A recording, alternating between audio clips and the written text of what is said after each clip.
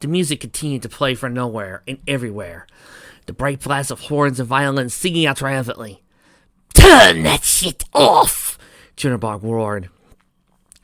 But the humans trapped in the cage had different thoughts. "Is that," Night Sully's voice aloud, "the theme to Superman?" Luna finished for him. A second later, and there was a blast of black fire. Jitterbug stood before them, murder in her eyes. "I told you, worthless fucks, to turn that shit off!" The answer to that was a sudden blast of aqua energy, slamming into the demon, sending her flying away from the others in an unceremonious manner. She roared, finally coming to a crashing halt against the sacrifice stones she had been killed upon minutes before. Science Star erupted from above, and Jitterbug gritted her teeth. "Should have fucking known," she grunted. Pinky cried, tears of joy streaming down her cheeks. "What? Look!" Pinky pointed at the star. "He's going to sting us!" "Looks like the cavalry's here!" "Fucking A! Steamroller that bitch's ass!" Flashlight and Rarity, coming back to consciousness at the sound of their cheers, simply smiled. To the shock of everyone, the turquoise blaze of light lit on the ground, and beneath it, a massive blaze of fire burned. The flames began to form a burning yin-yang symbol on the ground, as the blinding dot began to turn into a figure. The figure then became Sunset Shimmer, here to challenge the first. Sunset's face and figure, Velvet knew without a doubt. This was her daughter, her Sunny. Pinky had been right somehow, her heart overcoming reality itself. "What's going on?" Solara asked. The first few upon regaining consciousness was looking at disbelief at the new Sunset. "Sunset?" Twilight asked in a broken voice, wondering if she was going mad as she looked at the two forms representing her sister, both the horror and the majesty. "Alright, asshole," Sunset began, looking at Divine. The sight of her friends and family beaten down and locked away just off to the side infuriated and emboldened her, even though she was relieved to see they were alive. She refocused her attention on the prince, who stood only gawking. He was more pathetic than a creature that she ever could have imagined. "I think you and I need to have a little..." Trying to see the demon standing there, near doppelganger herself, twisted and unnatural. "Well, this is mildly surprising," she snarked.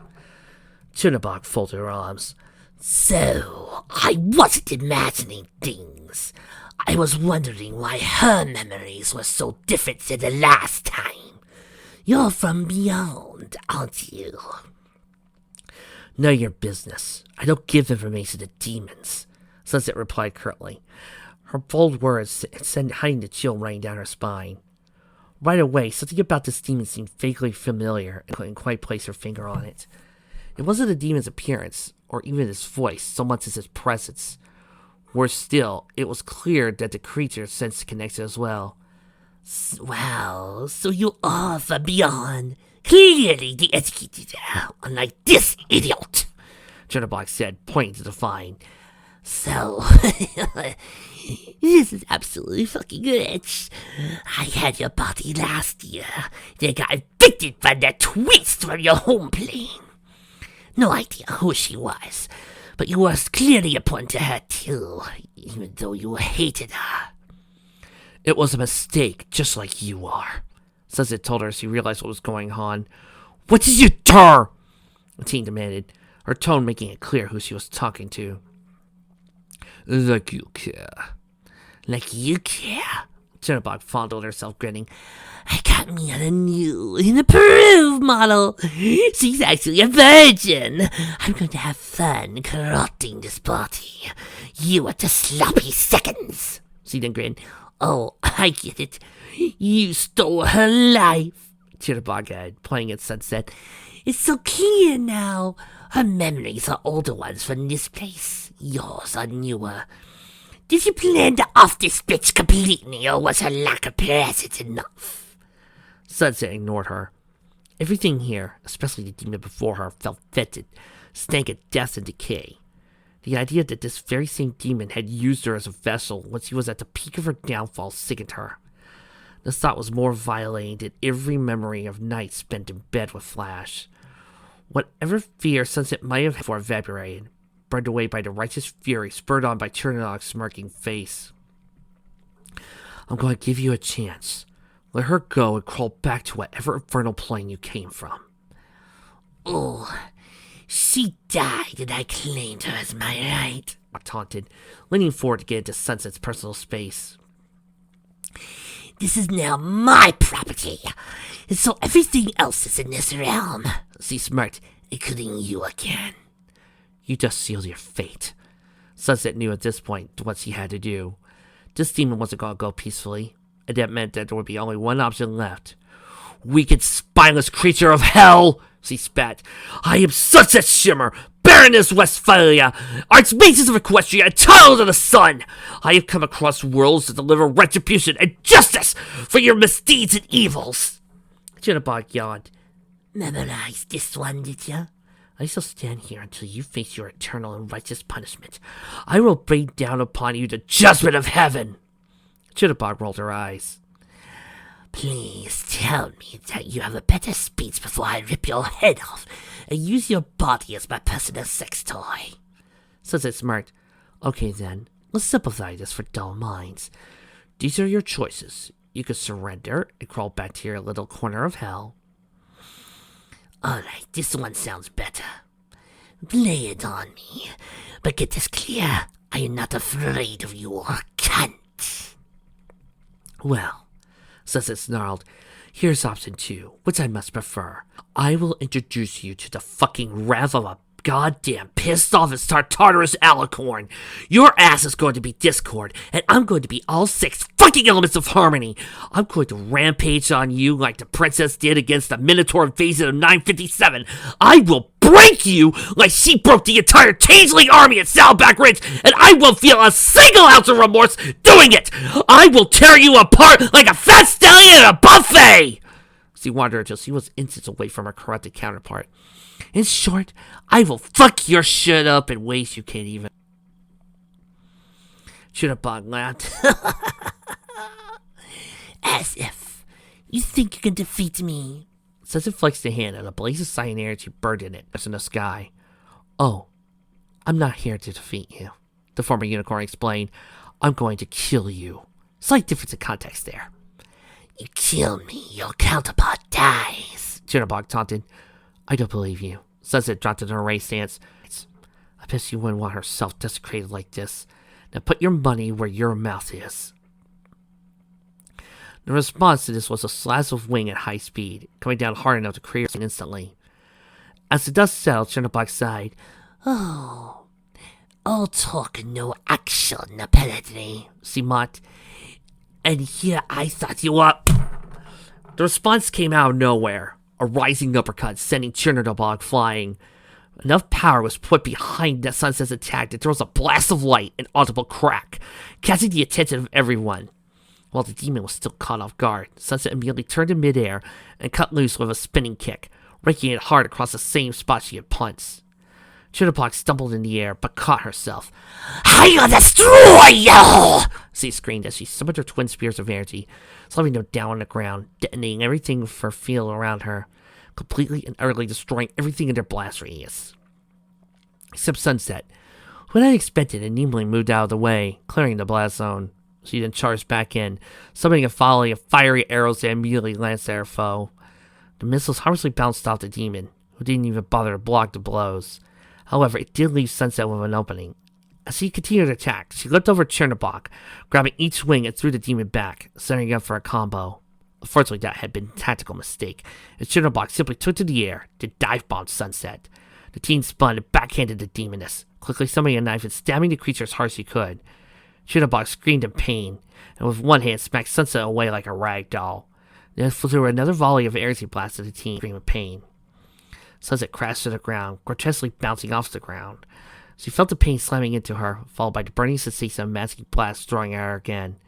This time, she forced herself to take control of her emotions and landed a bit better, bouncing off her tailbone instead of her chest.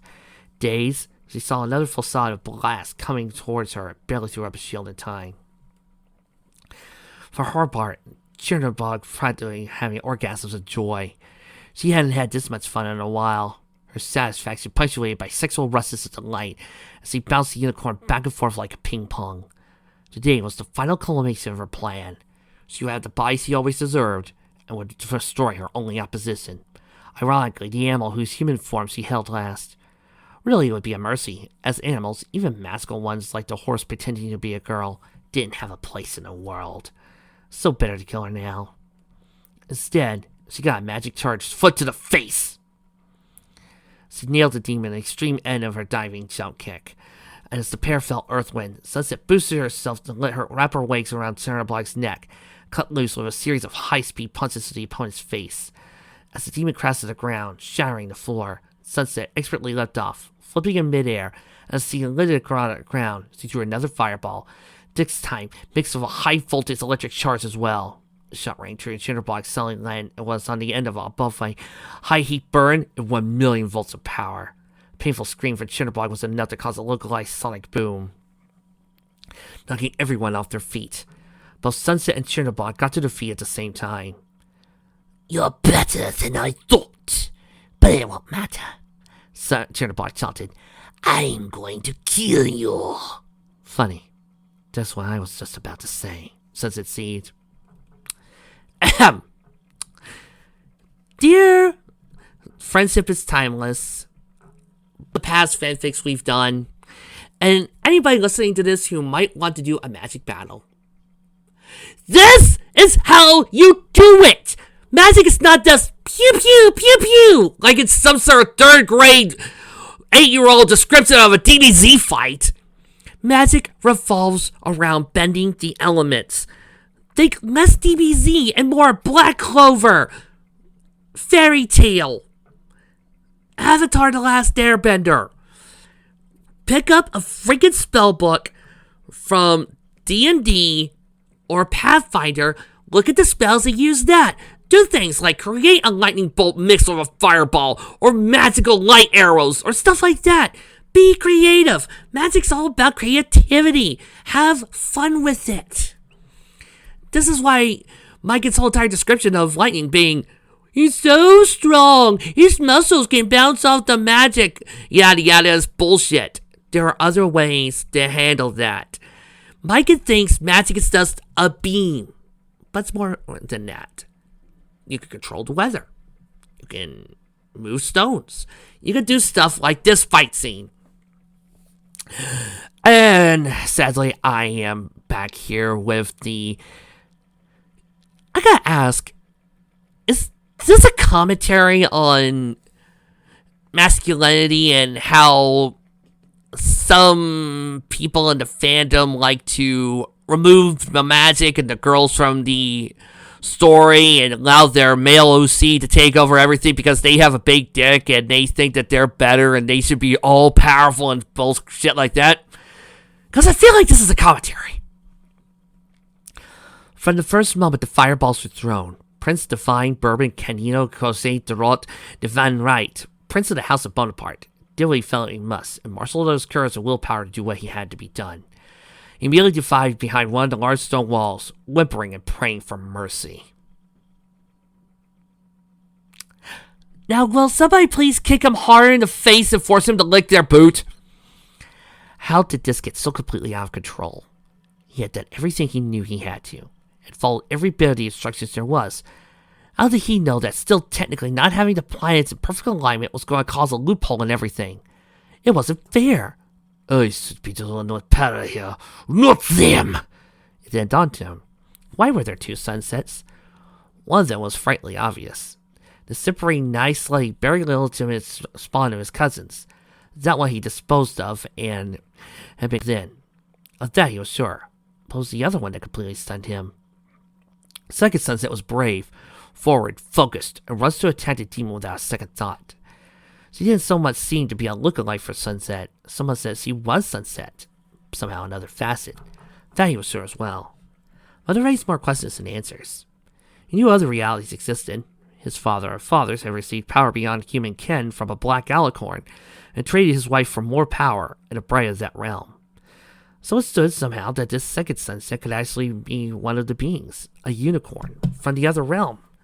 But if so, why does he look like Sunset? Was it sheer coincidence or was it design? It was clear that Demon had been watching for this very moment. Could someone else have done so as well? A smile came over his face. All he had to do was figure out how to turn this to his advantage, and the world would be his oyster once more.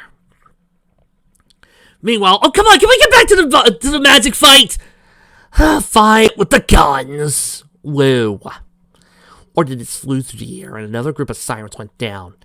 As they hit the floor, the duo turned into massive puddles of blood that burned the ground with acidic strength.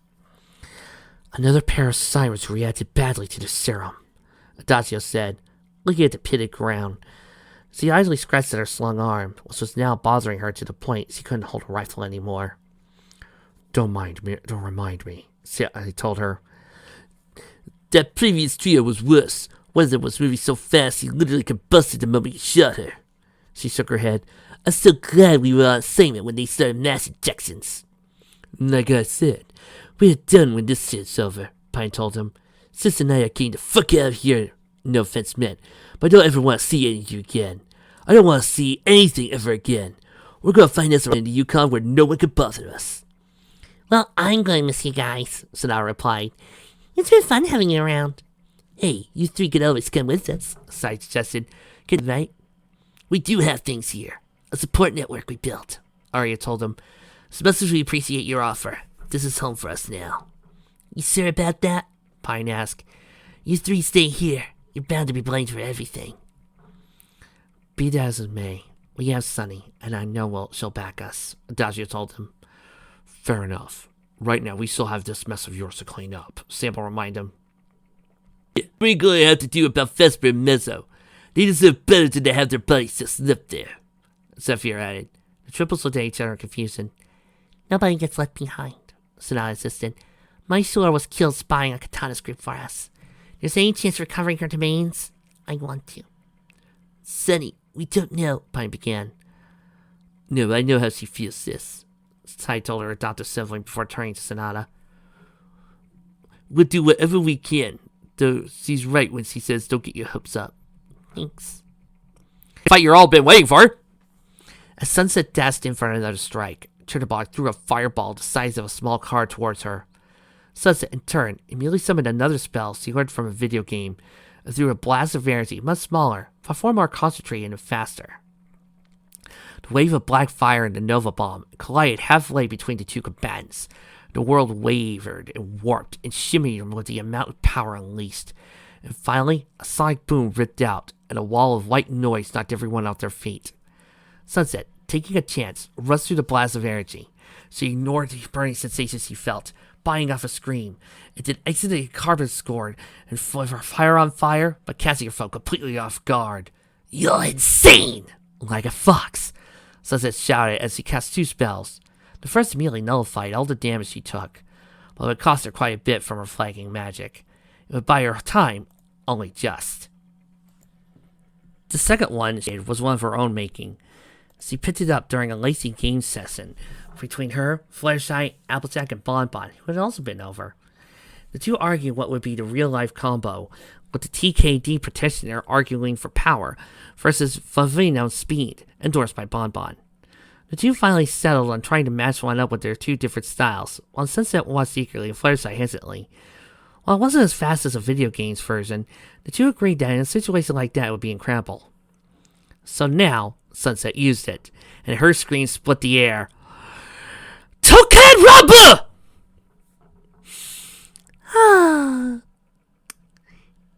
There are days when sometimes you just want to sit back and watch a girl use shonen techniques on a worthless opponent. Yeah. Life is good to me. The name came from Fluttershy, when neither Applejack nor Bonbon could decide on one. Wild Sword Stance, with Ken being both a synonym for sword and fist. And Sunset's strikes immediately showed just how wild her sword dance was, as in a space of seconds she delivered 3 punches to the stomach, an elbow to the face, a palm strike to the stomach, a flip kick, spin kick, then an axe kick that drove the demon to her knees. Sunset immediately followed that up with a dragon punch, and halfway through the air, it delivered a brutal spin kick that sent the beat flying back. Chitterbox screamed in pain as she felt every one of those blows, and crashed to the ground several yards away. She glared at the former unicorn with rage. You pay! She launched a massive blast of dark fire at Sunset, until Sunset immediately put a shield up, but it was strong enough that it sent Sunset flying, skidding across the ground. Then, That was quite a lumpy little unicorn, Cinderbox said, flying racing into the air. But I do believe playtime is over. Allow me to demonstrate. Cinderbox stretched out her wings. Two massive beams of black energy radiated from them like dark lasers, striking Sunset at the same time and throwing her hard enough against the wall to crack it. See? Now that's how damage is done, Cinderbox taunted from above. Any last words before I kill you? Sunset wiped the blood from the side of her mouth. She could feel a tooth loose. Is that the best you could do? She cackled. Seriously, I've been hit by a fucking orbital rainbow friendship lasers. I've felt pain before, and this isn't it. Then let me introduce you! Sunset looked to her back, avoiding another blast of energy, but she stumbled on the landing and threw another fire arrow at her quarry. She knew it wasn't as strong as the last few blasts she launched. She was running out of juice and was going to have to end this soon. The demon threw another blast of energy, and this one Sunset easily dodged. However, she wasn't expecting a whip of dark fire to snake around her ankle. She was pulled up into the air and slammed down twice before throwing into the opposite of the room, craning the wall from impact. This time she felt her rib grow, and she couldn't hold in a scream. Sunset's simmer had begun to tire. With that exhaustion would come an eternal rest. To say that confusing— Oh, come on! I'm really getting into the fight here, Vic! Reigning supreme amongst the others would be a minor statement indeed. The group watched the sunset fight against sunset, and it was hard to tell which was the more unnatural of the two. The one who was here earlier and had gone from a terrified young woman into a literally bloodthirsty demon, or the latter, who still looked human, but was doing things that no human save for those in mythology could do. Mythology! And a good shonen manga. Still, the second sunset seemed focused on stopping the latter, even if it meant the two were beating each other to death, and that was most certainly happening. Both Solaire and Velvet watched, transfixed by the horrific display between them. Both had said that they were Sunset's mother, and neither had talked to one another about what that meant. But now, with the second sunset, the whole situation got all the more confusing. Both women were afraid to ask each other what the other meant, for fear they would somehow lose their daughter to the other. But now with the two fighting sunsets present, the real question came about, why were there two sunsets? And the icicle gripping terror in both women's hearts. How little they knew of their daughters if something this unnatural was to come about. Furthermore, what could they say? This went beyond the interrogating the first boyfriend or casual conversation. This went to the basest level of existence and the absolute thinnest point of the word family there was. Both women didn't know what to say. All they knew was that they feared for their daughters with a worry that bordered on outright panic, and feared that when this was over, their lives at Sunset would be irrevocably different, assuming both lived. For Night, all he could do was comfort his wife. He knew how she felt. He felt the exact same way. He wanted more than anything else to run out there, protect his daughter, and if necessary, fight against that demon himself. But that was just part of the problem. He, like the two women, wasn't sure which sunset was real, and if Solaire was right and Velvet too. Then how could one solve a problem where two people seem to exist in the same place at the same time? We're now bent on destroying one another. Furthermore, seeing the two sunsets go at a slugfest far beyond anything he had ever seen before reminded him that even though he loved his daughter, there was literally nothing he could do to save her. Cadence and Shining looked at each other, not sure what to say. They had grown to love sunsets much as the others, and it had been Cadence who had been the attorney to do the paperwork. But now, looking at both girls tearing each other apart, she felt there was no reasonable words that could be used to explain it. None of her skills as an ADA would help her clarify any of this. All she could do was watch with teary eyes. As for Shining, he was lost.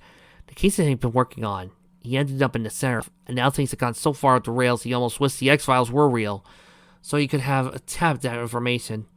In any case, his relationship with Sunset was about to change. Though he didn't say anything, his fiancée knew what was on his mind.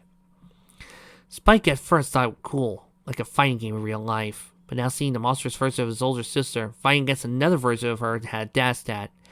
The fact that Sunset was taking punches and fighting against a real-life demon would give him nightmares, probably years from now. He turned and hugged his mother, turning away from seeing his sister essentially fighting herself, and at that moment, a part of his childhood died. As for Twilight, she was living her nightmare from earlier in the year. Her sister, fighting monsters for her sake. But now, that monster wore her sister's face. The two sunsets were in a blood-for-blood, winner-take-all battle against one. Not even the most Godzilla comparisons could take away the horror she felt at the moment. Was she somehow responsible for this? Was this Sunset's big secret? Was Sunset even Sunset? She heard Solaire call out to Sunset and claim her as her daughter, but the Sunset that had turned into the demon, the Sunset that had died, was speaking. Although Rarity, Twilight, and Octavia knew it, Sunset did not. She caught those last snippets of a conversation. They were nothing like the Sunset she knew would have said. Moreover, before all of this had happened, the bound Sunset had been frightened and panic-stricken. The sister she knew was capable of being afraid, but always showed it in different ways. Right now she was sure of two things. That demon was not her sister, and a girl, glowing like a blue supergiant and throwing airsy blasts to see where a superhero, or a shonen protag, was her sister. The question was her sister Sunset? Was anything real anymore? Pinkie walked over to Twilight. How you doing? I don't know anymore, the plum-haired scholar admitted. Is any of this real? As real as my love for your sister. No, yeah, I could see things look a little odd. You're strangely calm about all this. Pinkie laughed. I'm so scared shitless right now, Twilight. Don't know what to do. Pinkie held up her hand and vibrated with nervous energy, like nothing before. Now I'm watching her go something against that. She trailed off, then looked at the others. We can't hide this anymore, response. There's no way to do so. Hide what? The sound came from Velvet, and as the girls turned to look at the matron, her face was a vision somewhat between helpless and angry. Hide what, Rarity? The truth. The words came not from the teen, but from Celestia. As everyone turned to look at the principal, she looked at her best friend with worry. The worry she was about to shatter both a family and her long-time relationship with Velvet. There's something Luna and I haven't told you about Sunset. Something we've hidden from you, Vel. Intensely. Luna reached over and took her sister's hand in her own. She would not let Celestia walk into the metaphorical tightrope alone. But we never did it to harm any of you. Any of you. We love you too much, Vel, and... She turned away. It was wrong of us. Explain. Those words came from Cadence. As Hans looked at her, they'd never seen her angry at them before. Now. Celestia sighed and looked at Solaire of all people. Remember when you said it was a small world, Sully? It's more than that. It's even smaller than you think. So he turned back to Velvet and Night. Vel, Night, your daughter is Sunset Shimmer. Just as Solaire's is. It says that Sunset, our Sunset, is not from this world. She's not even human, or normally human shaped, Luna explained. We have reason to believe that Sunset is a unicorn. Velvet looked at her. That's not funny, Tia, you know it. If only I were joking. The principal went on, detailing everything of the past 4 years. From Sunset's unusual arrival and enrollment, first at Central Junior High, then at Caroline High itself. Of her single-handedly undone the pecking order of not one, but 2 schools. How they destroyed the circle of friends that had been together for the longest time. Of how Sunset returned to her home dimension, stole an artifact of great power. How another girl, royalty no less, came from the same realm, and in days undid everything Sunset had accomplished. How misusing the artifact, Sunset became possessed by a demon, likely the same demon that Hal had control of other Sunset, and how the princess from another world saved them all. Then Luna told him the story about a girl with nothing left, who was determined to change her life, even when no one trusted her. How she grew to have a family and friends who she could rely on, and more importantly, who would rely on her. How the girl who had once been the alphabets of the school regained her position, for vastly different reasons. Because the students wanted her there. How the girl went from being a brat to a monster, to a girl and finally to a daughter. And that's everything, Vel, Celestia said, wondering if she was going to lose someone she loved like a sister. Their friendship had been lifelong and stronger than steel. Now it was potentially thinner than a thread at this very moment. Why didn't you tell me? Velvet asked, having needed a moment to finally process it like pure fantasy. And she would have insisted it was, had it not been for the absolutely serious look on both Celestia and Luna's faces, and those of Sunset's 5 friends, the girls that Velvet's older daughter had brought into their lives. Thankfully, Nightlight stepped in with reason. Would you have believed her, Han? Even having known her all your life, would you have actually believed her? I guess not, Velvet admitted. It does sound pretty odd. Odd? Twilight gasped. Odd?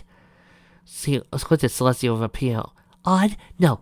Odd is that Sunset was born with 6 toes and 1 foot instead of 5. Odd is that she's left-handed. She is left-handed, Pinky pointed out. You know what I mean, Pinky, Twilight said. You're in love with an alien, I mean... Twilight suddenly found the floor. She was very interested as she realized Jason set in. And it doesn't matter, does it? Pinky shook her head. Nope. I'm not in love with an alien girl. I'm in love with a girl who just happens to be an alien. Then why? You had to ask yourself, Sugar Crew. Applesack said. We'll get out of this. If we get out of this, Twilight added. Yeah, true. But I know your sister long enough that for bad or for good, she doesn't give up. No matter what that demon's going down. How do you know that? Firefly smiled. 'Cause we've been here before. Titterbach came to a slow hover over Sunset. You know, it doesn't have to be this way. Oh, believe me, I've been playing, that song all day. Sunset, she said softly. You and we could be awesome together. Just think about it. You get to rule the world. You get to fuck yourself every night. You could be the queen. Sorry, already went through that once before, Sunset spat. Not doing it again. I have more important things. Oh, yes. That Alicorn shit. I remember it now. Yes, your mother turned you down when she's been one all her existence. Her and her mother. Instead, she gave the power to your cousin. Doesn't that burn you, Sunset? And you even had the right idea. Let me take over and then storm the gates. Instead, you let that little A-girl from your world curb stop you. She taught me a lesson I needed. I'm grateful for that. Yes, but I can give you so much more. You want to be an Alicorn. We can fix that. And like I said, you and I can go all night. I know all your spots, and now I know hers. You'd be surprised at how much fun we could have. No thanks. If she's anything like me, she's straight. And I'm not that debauched. Last chance. I can't believe I'm even asking, but here I am. Generous as can be. Join or die. I'll take the third option. I'll put you down like the rabid animal you are and save the girl. Even if you did, it would mean the end of everything for you. Don't be stupid. I would rather go knowing I did the right lie. Sunset taunted, then narrowed her eyes, or live with you. Titterbach sighed. I suppose you had to learn the hard way. Arrivederci! With that, Titterbach snapped her fingers. A massive blast of lava erupted beneath Sunset, burying her in magma. She bellowed angrily as she was literally burned alive by the heat of the earth. Sunset! Everyone screamed in horror while Pinky fainted. A blackened, partial skeleton fell to the ground. Somewhere. It was winter, both in the air and in Sunset's soul. Somehow, nothing made sense. Backstabber! Gossip monger! Looks like the bad girl's back again. What are you talking about? Sunset asked, only to find herself rudely pushed to the ground. As her vision cleared, she found herself on the ground in a high school. It vaguely looked like her high school, but it wasn't Canterlot. Canterlot didn't have day-glow green lockers for stars. People walked down the hall glaring at her, but they didn't know it looked like people. They looked like what a child would draw a person like, with a head too large, a true on its body, arms and legs, and the colors. It looked like something from a television show Spike watched. The only Spike in town is a dog. You don't know him. They looked like everyday students here. I guess she didn't belong. She did once. So you had to prove it after her fall for grace. And when you fought the sirens. Don't forget that. You fought 3 fish monsters from your world. Sunset looked up. She swore she was imagining things, but maybe she was just losing it. For a second, when she looked at her hair pale beige color, but was now back to a normal maize color. It was the only thing that seemed to have gone right about this day. She forced herself to her feet. She had to talk to her friends. She had to find... Jerk! Trixie always knew she saw her true colors again. I thought you were my friend! She ran down the hall, away from the taunts and cheers, trying to find one of her friends. Someone who could explain all this. But to each person she tried to reach out to only spurned her. War Melody slammed the door in her face. Sandalwood growled at her, turned away. Even Derby looked at her with sad eyes, her grave face showing absolute pain before walking away. No matter where she went, she was being spurned and treated like the monster she was. No, none of this made sense. None of it is real. None of it... You did this to yourself, Sunset. You have no one to blame but yourself. Oh, I think I know where this is. You know, I've tried to avoid talking about Anonymous on this show. I avoid trying to mention it. I avoid trying to think about it. But you want to know my simple statement why I kind of avoid all those Anonymous fanfics? Other than the fact that they're the usual either bash fic, fic, and other crap fics that I've learned to despise. It's just a comic story. It can either be canon or not, depending on if the writers choose to ignore it. It's much like Star Trek. There are several novels out there where Star Trek has weird things happening. Like, for instance, there's a Star Trek novel that talks about how many of the cast took on to Kobayashi Maru.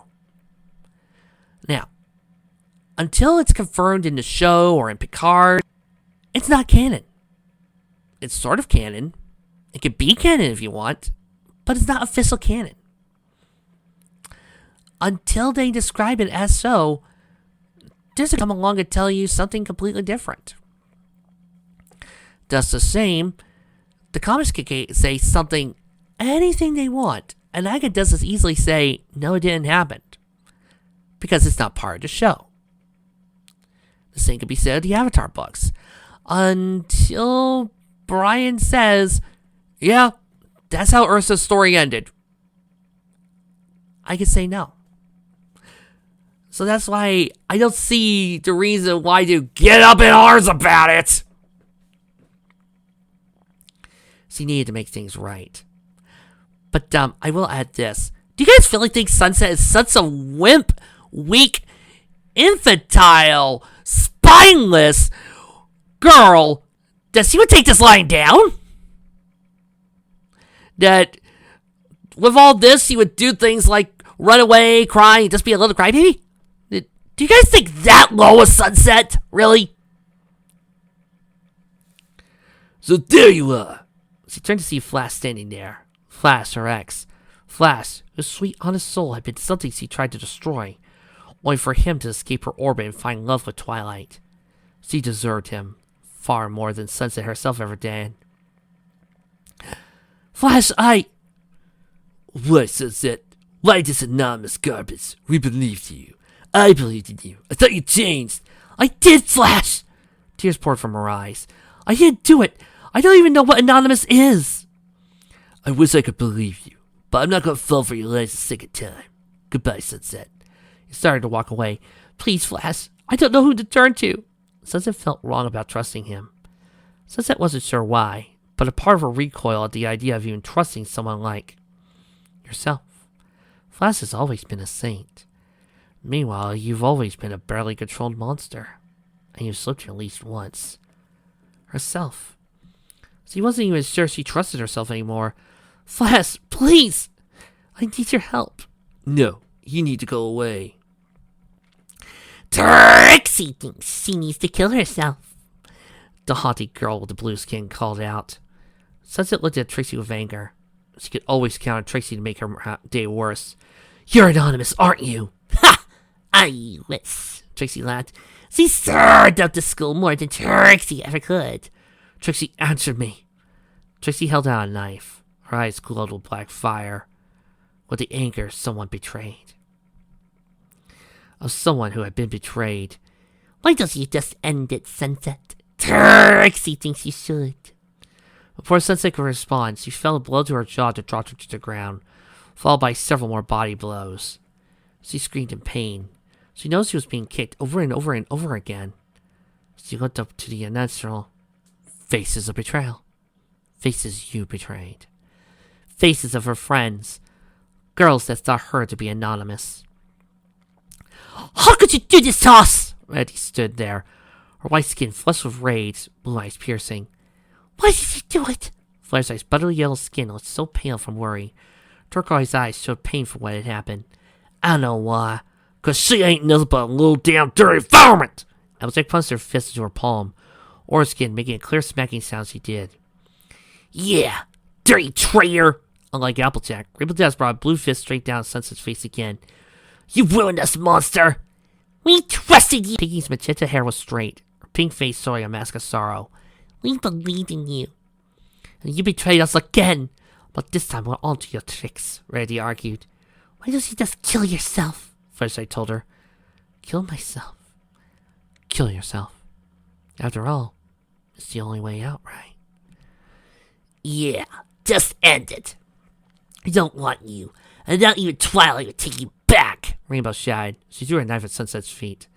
Sunset picked up the knife and looked at the enraged faces of those she loved. Just end it all.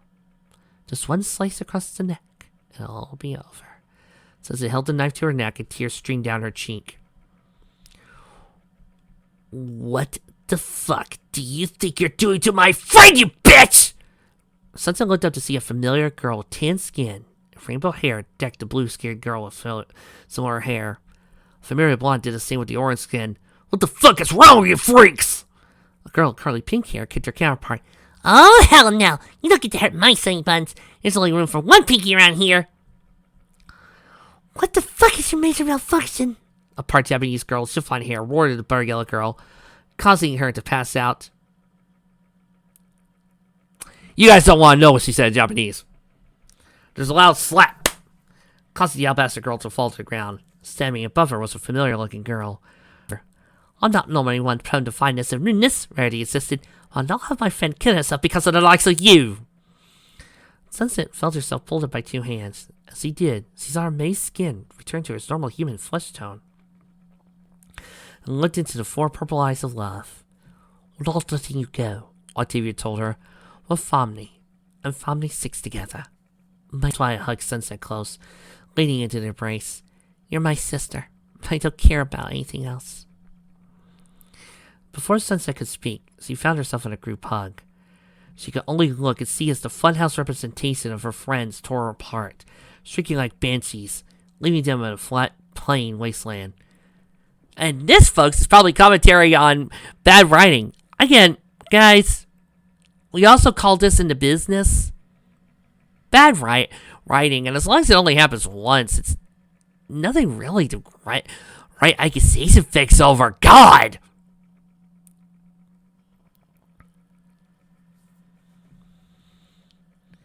Sunny, we need you. I need you, Pinky said. Yeah, I hate to say it, but we're kind of in a shitstorm, Rainbow said, scratching the back of her head. Oh, yeah, Rainbow's right. But you're not alone, girl. I know that for a fact. You've never been alone. Darling, we're friends, and we'll always be together. Right now, we need you. I cozy close. Remember, we're a family. Twilight gave her sister a peck on the cheek. I need my sister. Sunset closed her eyes and smiled. Floating above, Chernobog reared her head back and laughed. From a distance, Defying looked on with panic, nor the fact that he just shit his pants in fear. Seeing their makeshift cage, everyone looked on in horror, fought to save them. A girl had meant so much to them, but reduced to charred bones. Several of them started to cry, another stared blankly. That's what you get, you stupid unicorn!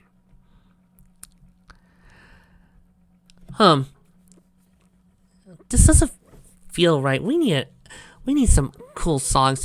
How about somebody out there just pick a really cool Shonen Jump or awesome anime track and play around here? I'm going to try to see if I can start thinking about number one.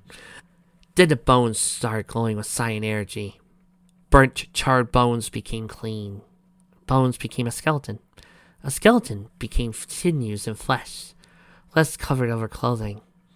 A young woman opened her eyes and smiled. They briefly turned to look at those in the cage. It was a look of love. And finding, with a burning flash of turquoise air, stood there. Fierce stance on the ground, aqua flames burning on her horn and around her like a newborn star. Now, Sunset Simmer snarled, you're going to learn why it's a bad idea to fuck with me.